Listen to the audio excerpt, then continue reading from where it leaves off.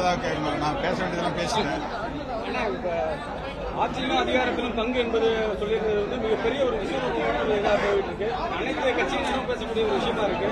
வரக்கூடிய இந்த 2020 சட்டமன்ற தேர்தலில் இதை நீங்க இருக்கக்கூடிய கூட்டணியில வந்து வலியுறுத்துவீங்களா?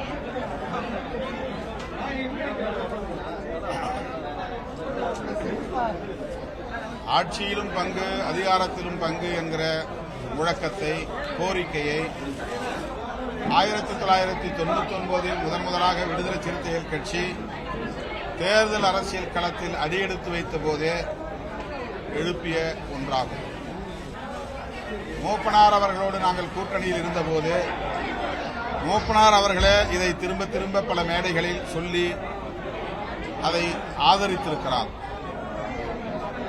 2016 நாங்கள் மக்கள் நல கூட்டணி உருவாவதற்கு முன்பு விடுதலை சிறுத்தைகள் கட்சியின் சார்பில் இந்த கருத்தை மையமாக வைத்து ஒரு கருத்தரங்கை நாங்கள் நடத்தியிருக்கிறோம். அது ஒரு புத்தகமாகவும் வெளிவந்திருக்கிறது. எனவே இது புதிய முழக்கம் அல்ல, புதிய கோரிக்கையும் அல்ல. கூட்டணி ஆட்சி முறை என்பது ஜனநாயகத்தின் ஒரு உயர்ந்த அம்சமாகும். ஒரு கட்சி ஆட்சி இதுவரையில் இந்தியாவிலும் சரி மாநிலங்களிலும் சரி நீண்ட காலம் நடைமுறையில் இருந்து வந்திருக்கிறது. 1977க்கு பிறகு தொடர்ந்து டெல்லியிலே கூட்டணி ஆட்சி முறைதான் நடைமுறையில் இருந்து வருகிறது என்பதை நாம் அறிவோம்.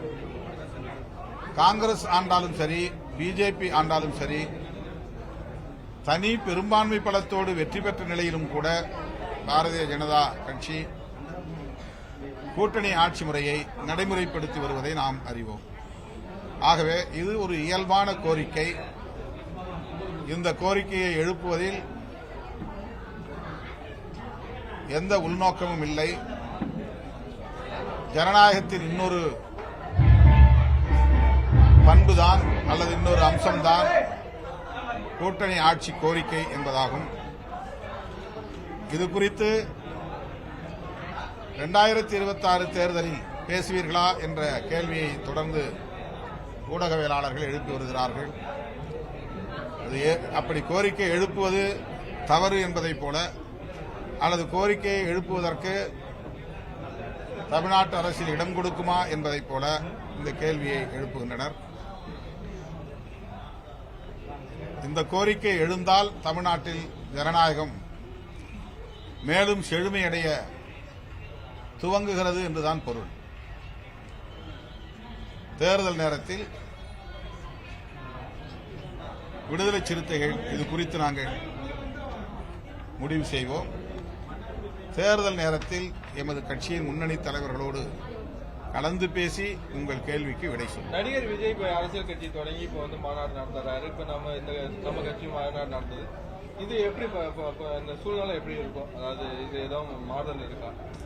இப்ப மாநாட்டோட நோக்கம் 2 பேருக்கு அதாவது நம்மளுக்கு பிரச்சனைகள் எப்படி இருக்கா? பொதுவா அவர் கட்சி முதல்ல தொடங்குறாரு. அதனால அவருடைய தொண்டர்களை உற்சாகப்படுத்துவதற்கு ஊக்கப்படுத்துவதற்கு அவர் மாநாடு ஒன்றை அறிவித்திருக்கிறார். அதில் அவருடைய கொள்கை கோட்பாடுகளை அறிவிக்க இருக்கிறார் என்று தெரிய வருகிறது.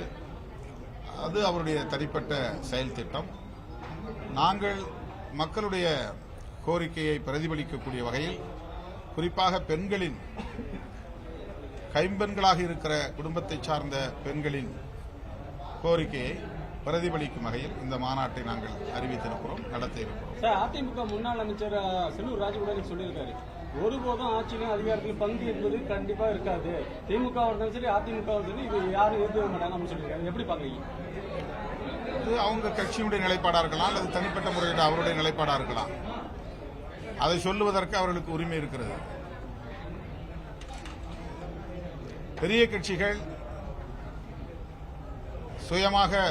சுயமான வலுவோடு ஆட்சி அமைக்கக்கூடிய வாய்ப்பு இருந்தால் அவர்கள் ஒருபோதும் கூட்டணி ஆட்சிக்கு உடன்பட மாட்டார்கள். ஆனால் அந்த கட்சிகள் வலுவிழக்கிற போது தவிர்க்க முடியாத ஒரு சூழல் உருவாகும். கூட்டணி ஆட்சிக்கான தேவை உருவாகும்.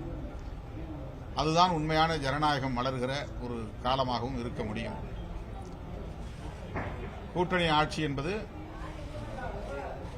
ஜனநாயகத்திற்கு எதிரானதல்ல, ஜனநாயகத்திற்கு உடன்பாடானது என்பதை ஒவ்வொருவரும் புரிந்து கொள்ள வேண்டும். அதிமுகவின் நிலைப்பாட்டை அதிமுக பொதுச் செயலாளர் தான் அறிவிப்பார் என்று ஒரு அமைச்சர் சொல்லுகிறார். கூட்டணி ஆட்சிக்கு இடமில்லை என்று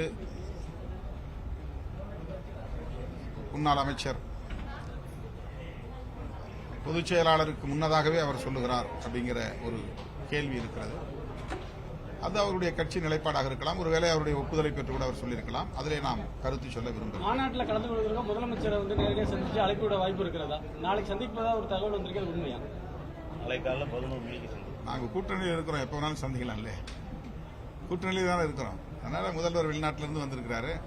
அவரை பார்த்து வாழ்த்து சொல்வது அல்லது அந்த தொழில் முதலீட்டு பயணம் எவ்வாறு இருந்தது என்று விசாரிப்பதற்கு சந்திக்க இருக்கிறோம். மாநாட்டில் அழைப்பு விட்டுருக்கீங்களா? நாளைக்கு இதுக்கு மாநாடு அது அவரை பார்த்த பிறகுதான் சொல்லுவோம். ஆட்சியின் அதிகாரத்தில் பங்குங்கிறது வந்து டிடிவி தினகரன் சீமான் போன்ற வரவேற்றிருக்காங்க. எப்படி ஆட்சியின் அதிகாரத்தில் பங்குங்கிற ஒரு கருத்தை வந்து சீமான் டிடிவி தினகரன் வரவேற்றிருக்காங்க. சீமான் அந்த கருத்துல வந்து அண்ணா உறுதியா இருக்குங்கிற மாதிரி சொல்லியிருக்காங்க.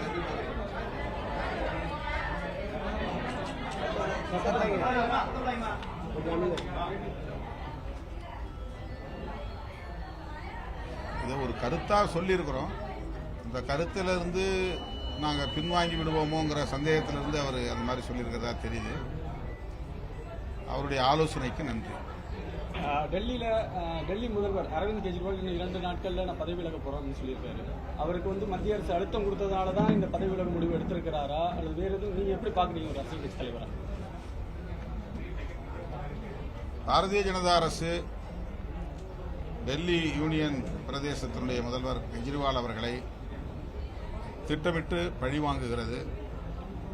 அவருக்கு நெருக்கடி மேல் நெருக்கடியை கொடுத்துக் கொண்டிருக்கிறது. ஊழல் தொடர்பான வழக்கு விசாரணையில் இருக்கிறது. அந்த விசாரணை முடியட்டும். தண்டனை உண்டா இல்லையா என்பது தீர்ப்பு சொல்லட்டும். அது பிரச்சனை இல்லை. ஆனால் ஒரு திட்டமிட்ட பழிவாங்கும் நடவடிக்கையாகவே அவரையும் அவருடைய துணை முதல்வரையும் கைது செய்து பிணையில் வெளிவிடாமல் பல மாதங்கள் உள்ளே வைத்து அவருக்கு மிகப்பெரிய அளவிலே நெருக்கடியை தந்திருக்கிறது. இது வந்து ஒரு அரசியல் பழிவாங்கும் நடவடிக்கை என்பதை மிக இலகுவாக எல்லோராலும் புரிந்து கொள்ள முடியும். இந்த சூழலில் அவர் பதவி விலகுவதாக எடுத்திருக்கிற முடிவு மிகச் சரியானது. வரவேற்கிறேன். ஓகே.